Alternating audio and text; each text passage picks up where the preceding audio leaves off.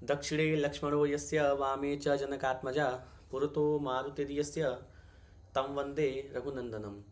नमस्कार दोस्तों, एक बार पुनः स्वागत है आपका हमारे इस यूट्यूब चैनल वेद साधना पे। तो आज के इस वीडियो में हम लोग पढ़ने वाले हैं इंद्रे च, इस सूत्र को पढ़ने वाले हैं। ठीक है, जैसा कि हम लोगों ने पिछले सूत्र में, पिछले वीडियो में हम लोगों ने पिछला सूत्र पढ़ा था, कौन सा, अवंग स्फोटायनस्य। ठीक है, तो आज के इस वीडियो में हम लोग पढ़ेंगे इंद्रे च। ठीक है, देखिए आप लोग को दिख रहा होगा सूत्र इंद्रे च। ठीक है, तो और वृत्ति यहाँ पे लिखते हैं गोहो अवंग। ठीक है, अर्थात गो शब्द को अवंग आदेश हो। ठीक है, अर्थ स्पष्ट है। गोहो अवंग अर्थात गो शब्द को अवंग स्यात् आदेश होता है। ठीक है, कब होता है तो कहा इंद्रे, अर्थात इंद्र शब्द परे रहते। इंद्र शब्द यदि पर में है तो गो को, जो गो शब्द है उसको अवंग हो जाएगा। ठीक है, तो यहाँ पे उदाहरण देते हैं गवेंद्र। ठीक है, तो गवेंद्र ऐसा उदाहरण देते हैं, तो इसका विग्रह हम लोग कर लेते हैं गोधन इंद्र। ठीक है, तो यहाँ पे आपको दिख रहा होगा गोधन इंद्र, गोधन इंद्र, ऐसा हम लोग विग्रह कर लेते हैं। ठीक है, अब यहाँ पे सूत्र को हटाइए। देखिए गो शब्द है, यह गो शब्द दिख रहा है, तो सूत्र क्या कहता है कि गो शब्द को अवंग होगा। जब अवंग होगा कब, लेकिन कहा इंद्रे शब्द पर में हो तब। ठीक है, तो इंद्र शब्द पर में ही है, तो पूर्व मतलब पहले, पर मतलब बाद, तो पर में इंद्र है, यहाँ गो शब्द है तो अवंग आदेश हो जाएगा। ठीक है, जब अवंग आदेश हो जाएगा तो जो न है, यह जो अवंग हो रहा है ना, यहाँ यह जो अवंग आदेश हो रहा है, ठीक है, यह जो अवंग आदेश हो रहा है, तो इसमें जो अवंग का ङ है वह इत संज्ञा, इत संज्ञक है। ठीक है, तो इसको अवंग आदेश हो जाएगा तो बन जाएगा ग। ठीक है, बन जाएगा ग, आधा ग है, और अव, क्योंकि अवंग का जो ङ है वह इत संज्ञक है। ठीक है, उसकी इत संज्ञा हो जाएगी हलंत्यम सूत्र से। तो यहाँ पर देखिए ग, अव और इंद्र हुआ। ठीक है, आप लोग समझ जाइएगा थोड़ा। देखिए यहाँ ग, अव और इंद्र हो गया। अब यहाँ क्या करना है, यहाँ पर आद गुण इस सूत्र की प्रवृत्ति होगी। तो ठीक है, आपने पिछला वीडियो जो देखा था उसमें, उससे भी पहले जो है कुछ और पीछे जाएंगे तो वहाँ पे आद गुण इस सूत्र को भी मैंने पढ़ाया है। तो आद गुण सूत्र जो है वह यहाँ पर प्रवृत्त होगा। ठीक है, अवरलाद अची। ठीक है, अवर से अच पर में हो तो गुण एकादेश होगा। ठीक है, जब गुण एकादेश होगा तो यहाँ पे जो अ तथा आ, ठीक है, अ तथा आ, ठीक है, ग है, अव है और इंद्र है, तो यहाँ पर गुण एकादेश हो जाएगा तो ए हो जाएगा। जब ए हो जाएगा तो क्या बन जाएगा, ठीक है, यहाँ पर हमें गुण करना है आद गुण से, तो अ तथा ई का गुण एकादेश क्या हो जाएगा, ए। ठीक है, जब ए हो जाएगा तो गव इंद्र ऐसा हम लोगों ने बनाया। ठीक है, गवधन इंद्र है, तो यहाँ जो ई है, इंद्र का जो ई है उसको हम लोग गुण एकादेश कर देंगे। ठीक है, ठीक है, उसको हम लोग गुण एकादेश कर देंगे, ग, अव और इंद्र। ठीक है, तो ग, अव, इंद्र है, तो यहाँ पे अ है और ई है, तो इसको ए कर देंगे। जब ए कर देंगे तो बन जाएगा गवेंद्र। ठीक है, गवेंद्र, ऐसा यह रूप बन जाता है। ठीक है, तो गुण होने के बाद बनता है गवेंद्र। ठीक है, तो ऐसा यह इस सूत्र में हम लोग जानते हैं कि इंद्र यह जो सूत्र है, इससे अवंग आदेश करेंगे इंद्र शब्द पर में हो तो गवेंद्र यहाँ पे ऐसा उदाहरण देते हैं। ठीक है, तो अब दूसरा सूत्र आता है, कहते हैं दूरात धूते च। दूरात धूते च कहते हैं दूरात संबोधने, दूरात संबोधने वाक्यस्य टेहे प्लुतो वा। ठीक है, हरस्व दीर्घ प्लुत, जैसा कि संज्ञा प्रकरण में आपने पढ़ा था, हरस्व संज्ञा, दीर्घ संज्ञा और प्लुत संज्ञा, तो वही कह रहे हैं यहाँ पे कि दूरात संबोधने, दूर से संबोधन में, दूर से जब आप किसी को पुकारते हैं तो ऐसे संबोधन में वाक्यस्य टेहे, वाक्य के टी की प्लुत संज्ञा होती है। ठीक है, विकल्प से, वा मतलब विकल्प से, क्वचित प्रवृत्ति ही क्वचित प्रवृत्ति ही, क्वचित विभाषा क्वचिदन्य देव, विधिर्विधानम बहुधा समस्या चतुर्विधम बाहुल्यकम वदंती। वा मतलब होता है विकल्प। ठीक है, तो यहाँ पे कहते हैं दूर से संबोधन। अब आपके मन में शंका होगी कि संबोधन क्या होता है, दूर से संबोधन तो कर रहे हैं लेकिन संबोधन होता क्या है, तो अन्यत्र प्रवृत्तस्य स्वाभिमुखीकरणम संबोधनम, अन्यत्र जो कार्य में लगा हुआ है उसे अपनी तरफ करने का जो व्यापार है उसी को हम संबोधन कहते हैं। ठीक है, अन्यत्र प्रवृत्तस्य स्वाभिमुखीकरणम संबोधनम। तो वही दूर से संबोधन में वाक्य के टी की पुत संज्ञा होती है। ठीक है, विकल्प से। ठीक है, अब देखिए इस सूत्र में 3 पद हैं। ये जो सूत्र है दूरात धूते च, इसमें 3 पद हैं। ठीक है, दूरात हूते च। तो हूते का अर्थ होता है आवाहन करना, बुलाना, पुकारना।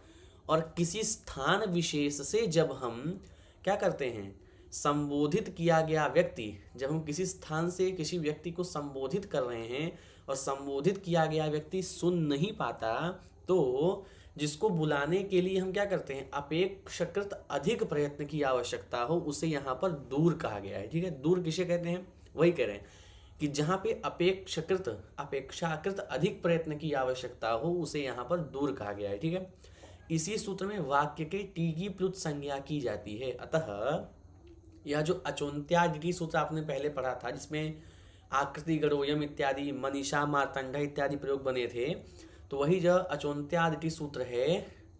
ठीक है, अचोन्त्यादिति से अंतिम अच की टी संज्ञा होगी। ठीक है, जो यहाँ कह रहे हैं ना टे है, इसी की चर्चा चल रही है। कह रहे हैं अचोन्त्यादिति जो सूत्र है उससे क्या होगा, अंतिम अच की टी संज्ञा होगी।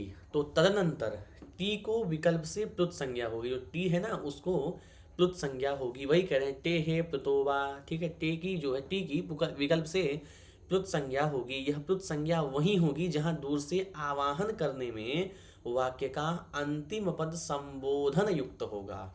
ठीक है, तो यह वहीं पे टी संज्ञा करेगा जहां पर अंतिम जो वाक्य है, जो पद है, वो संबोधन युक्त होगा। जैसे बालक आगच्छ, जैसे वाक्य का अंतिम पद संबोधन युक्त नहीं हुए। ठीक है, बालक आगच्छ, यहाँ पे संबोधन जो है संबोधन युक्त तो है नहीं, तो आगच्छ के अंतिम टी अर्थात छकार के आकार की प्लुत संज्ञा नहीं होगी। तो किसकी होगी, किसकी होगी, अब वही बता रहे हैं। देखिए आगे पुनः एक सूत्र आता है। इतना आप लोग को समझ में आ गया होगा कि दूर से संबोधन में वाक्य के टी की प्लुत संज्ञा होती है। दूर क्या होता है, तो जहां अपेक्षाकृत अधिक बल का प्रयोग करके आप बोलते हैं, प्लुत करते हैं, तो उसे क्या कहते हैं, दूर कहते हैं। संबोधन क्या होता है, तो अन्यत्र प्रवृत्तस्य स्वाभिमुखीकरणम संबोधनम। तो ऐसा जो दूर, ऐसा जो संबोधन, तस्य वाक्यस्य टेहे प्लुतो वा। ठीक है, अब पुनः सूत्र आता है प्लुत प्रगृह्या अचि नित्यम।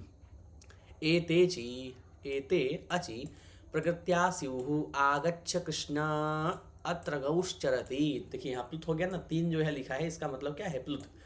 आगच्छ कृष्णा अत्र गौश्चरति। ठीक है, तो यहाँ क्या कह रहे हैं कि अच से परे, एते अचि प्रकृत्या स्युः, अर्थात अच परे रहते, अच परे रहते प्लुत और प्रगृह्य। प्लुत और प्रगृह्य क्या होता है इनका, प्लुत और प्रगृह्य संज्ञक को प्रकृति भाव होता है। प्लुत और प्रकृति संज्ञक को प्रगृह्य भाव हो जाता है। ठीक है, तो यहाँ प्रगृह्य भाव कर देंगे हम। तो अब देखिए प्रयोग बनाना है, आगच्छ कृष्ण अत्र गौश्चरति। ठीक है, तो यहाँ पे क्या होगा, अचोन्त्यादिति जो सूत्र है उसकी प्रवृत्ति होगी।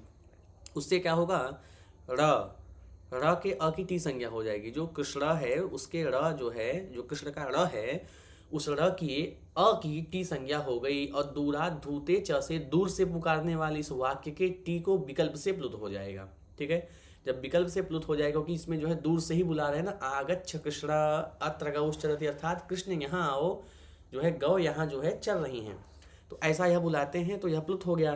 तो प्लुत होने के कारण इस वाक्य में क्या होगा, टी को विकल्प से प्लुत हो जाएगा। प्लुत प्रक्रिया अच नित्यम से यहाँ पे प्लुत संज्ञक, प्लुत प्रक्रिया अच नित्यम से प्लुत संज्ञक अ से अच बाद में होने के कारण, अ से अच बाद में होने के कारण, अ से अच बाद में होने के कारण प्रकृति भाव हो जाएगा। जब प्रकृति भाव हो जाएगा, किससे होगा प्रकृति भाव, प्लुत प्रक्रिया अच नित्यम।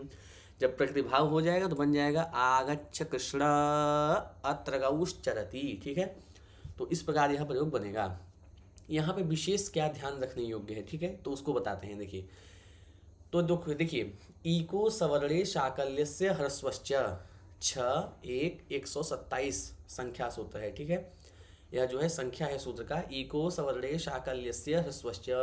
यह जो सूत्र है यह असवर्ण अच परे रहते पदांत इक को, इकः सवर्णे, पदांत इक को विकल्प से ह्रस्व करता है। वहीं पर प्लुत प्रगृह्या अच नित्यम 125, ठीक है, इसकी भी प्रवृत्ति होती है। किसकी? प्लुत प्रगृह्या अच नित्यम की। समझिए, जो इको सवर्णे साकल्यस्य ह्रस्वश्च जो सूत्र है यह असवर्ण अच पर में रहते पदांत इक को विकल्प से ह्रस्व करता है। वहीं पर प्लुत प्रगृह्या अच नित्यम 125 जो संख्या है इसकी प्रवृत्ति होती है विप्रतिषेधे परम कार्यम के अनुसार। अभी आप इस सूत्र को पढ़ेंगे विसर्ग संधि में। विप्रतिषेधे परम कार्यम के अनुसार क्या है? पर कार्य कौन है? इको सवर्णे साकल्यस्य ह्रस्वश्च, ठीक है, इससे ह्रस्व करना।